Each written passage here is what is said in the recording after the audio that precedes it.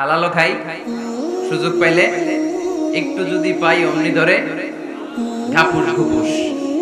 সুযোগ পাইলে কি ঘাপুস ঘুপুস ঘাপুস ঘুপুস করা যাবে না। অনেকে আবার আছে দেখবেন খাওয়ার ক্ষেত্রে হালাল খোঁজে। খাওয়ার ক্ষেত্রে আমি অনেক লোক দেখছি, থাইল্যান্ডে আমি গেলাম, দেখি যে তার ব্যাপারে জানি যে সরকারি চাকরি করে লক্ষ লক্ষ টাকা দুই হাতে কামায়, এমনি গাছেরটাও খায় তলারটাও ঘুরায়, আছে না নাই? তো ইচ্ছে মতো ডানে বা ইনকাম করে, হালাল হারাম দুইটাই খায়, কিন্তু থাইল্যান্ডে যে হালাল খাবার খুঁজতেছে। কি খুঁজতেছে? ওখানে যে জিজ্ঞেস করে যে এই দোকান কি পর্ক আছে, পর্ক থাকলে খাবো। পর্ক মানে হচ্ছে শুকরের চর্বি, শুকরের গোশত বা চর্বি মেশানো কোনো খাবার উনি খাবে না, কারণ এটা হারাম। আর গুড় যে খায় এটা খুব হারাম। এরকম ডাকাইতে আছে না নাই? তাহলে আমাদের মুসলমানদের সবচেয়ে বড় সমস্যা হচ্ছে আমরা খাওয়ার ক্ষেত্রে হালাল খুঁজি, কিন্তু ইনকামের ক্ষেত্রে ওই জিনিসটা খুঁজি না। এরকম আছে না নাই? Your food should be halal, your drinks should be halal, your income should be halal, your dress up, your fashion should be halal, and your entertainment should be halal. আপনার পোশাক হতে হবে হালাল, আপনার খাদ্য হতে হবে হালাল, আপনার উপার্জন হতে হবে হালাল, আপনি যে বিনোদন করছেন এই বিনোদনটাও হতে হবে হালাল। চিল্লায় বলেন ঠিক কিনা? হালাল বিনোদন লাগবে, হালাল ড্রেস আপ লাগবে। ছেলেরা কি স্বর্ণ পড়তে পারবে? ছেলেরা কি সিল্কের জামা পড়তে পারবে?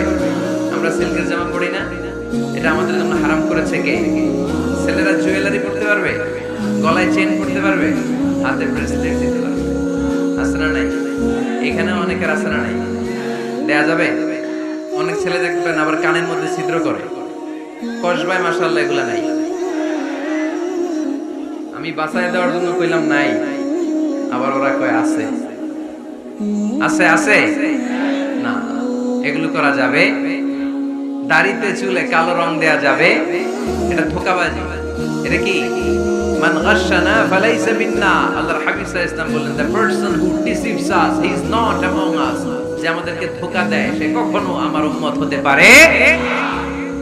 মদিনার খেজুরের বাজার ভিজিট করতে গেলেন আল্লাহর হাবিব সাল্লাল্লাহু আলাইহি ওয়াসাল্লাম, অডিট করতে গেলেন। যে খেজুরের স্তূপের ভেতরে আল্লাহর হাবিব সাল্লাল্লাহু আলাইহি ওয়াসাল্লাম হাত ঢুকায় দিলেন, ঢুকায় দিয়ে দেখলেন ভিতরে পানি, উপরে শুকনা খেজুর, ভিতরে ভিজা খেজুর। আল্লাহর হাবিব সাল্লাল্লাহু আলাইহি ওয়াসাল্লাম বললেন, ঘটনা কি? ভিজা কেন? ব্যবসায়ী বলতেছে বৃষ্টি হয়েছিল। কি হয়েছিল? তো বৃষ্টি হইলে তো তার নমুনা সব জায়গায় থাকবে। তখন আল্লাহর হাবিব সাল্লাল্লাহু আলাইহি ওয়াসাল্লাম দাঁড়িয়ে বলেছিলেন, খবরদার, মান গাশশানা ফালাইসা মিন্না। যে আমাদেরকে ধোঁকা দেয় সে আমাদের দলভুক্ত হতে পারে না। এজন্য আমরা যেন কাউকে ধোঁকা না দেই, আমরা যেন হারামের সাথে সম্পর্ক জুড়ে না দেই। আমাদের সম্পর্ক হবে হালালের সাথে। চিল্লায় বলতে হবে কিসের সাথে? আজকের মাহফিলটা তখনই সার্থক হবে যখন এই কথাগুলো শুনে আমরা এই সিদ্ধান্তে উপনীত হতে পারবো যে আমার ফুড, আমার ড্রিঙ্কস, আমার ইনকাম, আমার ড্রেস আপ, আমার এন্টারটেইনমেন্ট, আমার সবকিছু হালাল দিয়ে আমি সাজাবো। আমার জীবনটাকে আমি হালাল দিয়ে সাজাবো। রাজি আছি না নাই? সব হালাল হইতে হবে। নারীদের ফ্যাশন, অনেক নারীরা ফ্যাশন সচেতন। খবরদার, নারীরা টাইট ফিটিং পোশাক পরতে পারবে না। পারবে? পাতলা পোশাক পরতে পারবে না। তারা নিজেদেরকে আবৃত করে রাখতে হবে। টাইট ফিটিং পোশাক পরতে পারবে না, অন্য ধর্মের পোশাক পরতে পারবে না, পর চুলা লাগাতে পারবে না। এই ফোর কর্নার্স, এই বর্ডার গুলো মেনে নারী যে কোনো ধরনের ফ্যাশন নিতে পারে। এই ফ্যাশন গুলোকে বৈধ করেছে কে? এজন্য রাব্বুল আলামিন বলেন, ইয়া আইয়ুহান নাসু কুলু মিম্মা ফিল আরদি হালালান তাইয়্যিবা ওয়া লা তাত্তাবি'উ খুতুওয়াতিশ শাইতান ইন্নাহু লাকুম আদুউম মুবিন। সুবহানাল্লাহ পড়েন। ওহে মানুষেরা, এই জমিনে যেটা পবিত্র আর হালাল বলে আমি ঘোষণা দিয়েছি সেটা খাও, কারণ সেটাতেই বরকত। আর শয়তানের পদাঙ্ক অনুসরণ করো না, কারণ শয়তান তোমাদের প্রকাশ্য শত্রু। কথাটা বলেছেন কে? তাহলে আমরা হালালের পক্ষে না বিপক্ষে?